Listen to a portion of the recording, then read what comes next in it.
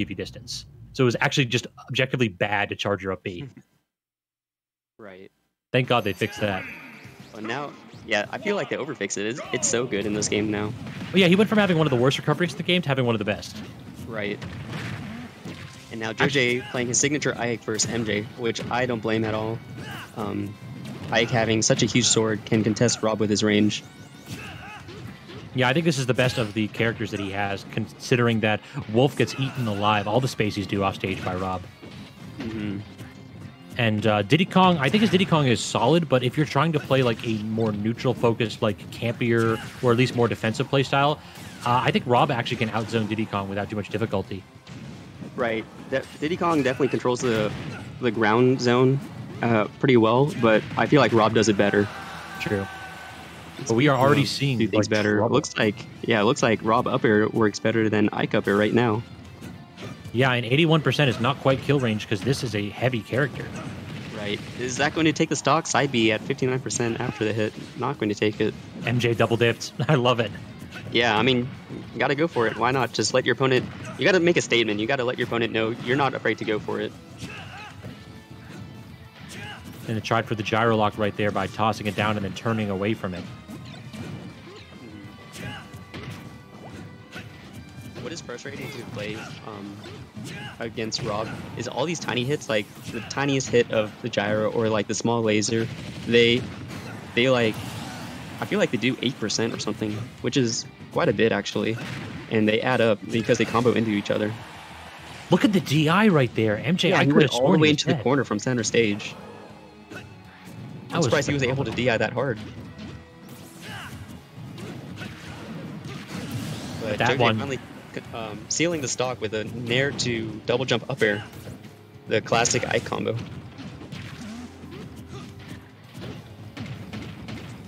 dash attack and then immediately, hey, I've got down tilt. Did you forget about this? Yeah, I got this boxing move. Yeah, I feel like anytime like Rob does something like remotely laggy, every single Rob main just starts mashing down tilt. Oh, It's yeah. like, hey, just in case, I'll use my good move. Right.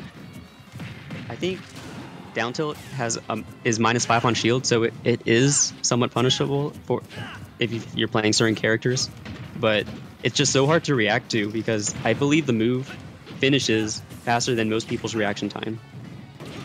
5 frames, yeah, I feel like you have to do it like, you have to react to it hitting your shield rather than like his a second attempt. It is really just one of the better moves in the game when it comes to boxing close range. And then he has the Robble where you can just down tilt like heavier characters across the stage. Oh yeah, once he gets that started, he can just take away all your stage control and put you off stage into a very bad situation. Speaking of bad situations, MJ taking game 1 with an up smash out of shield. Yeah, trying to land on Rob can be perilous right there, especially considering the fact that that move seems to more consistently in this one knock you into the strong explosion. Like the pull-up animation is deceptively disjointed. Yeah, for sure, and it's strong. I'm actually not sure what frame up smash comes out on, but it seems like it's not that slow. No, it's not. I think it's frame 10. Wow, that's Yeah, I really think it's frame good. 10. Yeah, which makes it like, I think it's like 10 for the pickup and 14 for the explosion. Wow. So it's a fairly quick move too. Like the fastest one in the game is Diddy's up smash, which is only frame 5. So you're not at all dealing with like a slow move whatsoever. Mm-hmm. So why did they give Rob a kill throw and kill combos, a zoning tool with lasers and projectiles, a good recovery, and boxing options? And phenomenal offstage presence because they want this character to win. I guess so. Yeah, it's one of those, the only weakness he really has is that he just does not get to play the game sometimes. Yeah. Same with Snake. People complain that Snake has all these boxing options and zoning and everything. Look at Rob. Rob is ridiculous. It's even worse than Snake's. Yeah, I think that like Snake people have trouble with Snake because he has a frame 1 grenade, but as long as your combos are true, you don't have to put up with that. His disadvantage is bad. That's Right. like the thing is that Rob just does not have anything at all to get out of disadvantage. Like that's like the only difference between the two. Right. I think my favorite description of Snake was somebody said that Snake is a character who is a zoner who has better boxing options than your main. And I think that's true for Rob too. For sure. Wow, that upper is not going to take the stock. I'm stunned right there. That's perfect DI, but also like this character. I am always surprised by his weight considering how fast he moves. Look at these combos.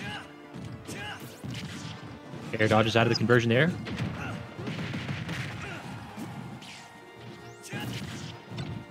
Yeah, I think it was Parappa's tweet that said that was talking about all these things that Rob has. That's ridiculous. Yeah, shout out to Parappa. He has great insights when it comes to this game. For sure. Great spacing there on the forward tilt, recognizing that MJ was at the perfect position where he was probably going to want to toss out one of those boxing moves and just cut him up and take that stock. But that was unsafe, threatening the shield a bit of a too laggy move right there. Yeah, I'm actually kind of surprised that the launch hitbox for up smash was that far away, because it seemed like Joj spaced it pretty well. Yeah, that move just clicked. Like it used to be that you'd always fall out of that because SDI was a thing, but like the death of SDI in this game really makes a lot of these single and multi-hit moves just so consistent, and there's really no downside to them anymore. Right. And like people complain about them now. Like, remember when, like, Wolves complain about, like, people falling out of their up smashes? Like, remember when that used to just never work? Wow, oh, the conversion! Combos. Yeah, and Rob has a frame 10 out of shield option. He has everything.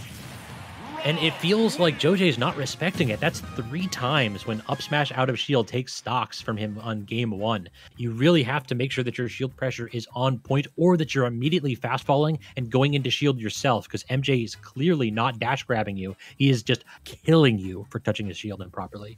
Yeah, straight up. Yeah, ain't no conversion needed with that move. Yeah, it seems like with Rob, as long as you avoid the combo starters, then you win. It does really just feel like the summary of the character. If they can't immediately kill me from hitting me once, I win the video game. Right, because you're so heavy that straight hits won't kill you, and then you have a crazy good recovery. Good parry, though, to get started off here. Joj immediately trying to make a statement out of the gate, but we've seen this so many times before. When somebody gets a lead, how does MJ respond? For sure. MJ definitely has the power to make comebacks, and we've seen it before. So being a little bit behind is no problem for MJ. It just feels like, I hate to be like part of the terrible pun, but MJ's playstyle always feels like really robotic to me. It isn't that it's like not imaginative, it's that it's just the consistency is just absolutely insane. He never breaks under pressure. It seems like he has his game plan, and it works so well, especially online, that he can just keep doing the game plan and it will work. But that back here will clean up stock 1, and Joj's built for himself a very solid lead here, only at 70%. Rob typically doesn't have too much to kill for another 50 or so unless he gets you off stage in side Bs. No, Joj! No. He didn't fire that off. Yeah, Joj missed timing the side B, maybe due to lag on Wi-Fi or who knows what. But he misses the ledge, and now the stocks are even. That was such a early death for Ike, typically a character that thrives off of those high percentage kills from neutral air streams. Like that hurts really bad for a rage monster like Ike. Yeah, it seems like that's been the story of Joj this whole tournament, just unfortunate STs or unfortunate loss of stock. Yeah, I mean, we know the poor Mr. R memes. I guess Joj's our Mr. R. Poor Joj. Only on Fridays, though. True. All right, dash attack cleans that one up.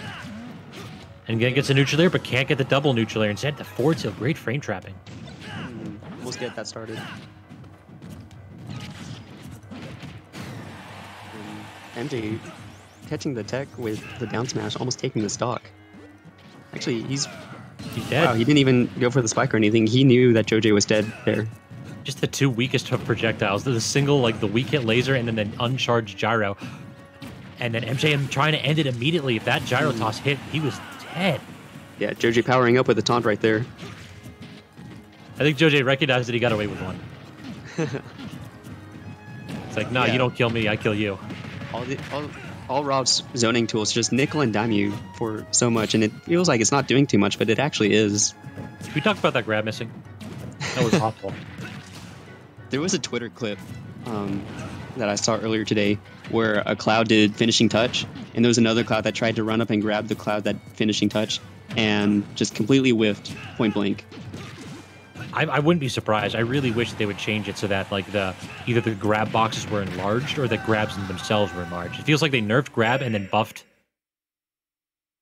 While we're talking about that, MJ kind of sending a mean message there with that string. My God, I didn't expect that up air to kill at all. Yeah. Well, in game 1, MJ also took one of Joji's stock at around 130% with an upper around the platform height. So I wasn't too surprised.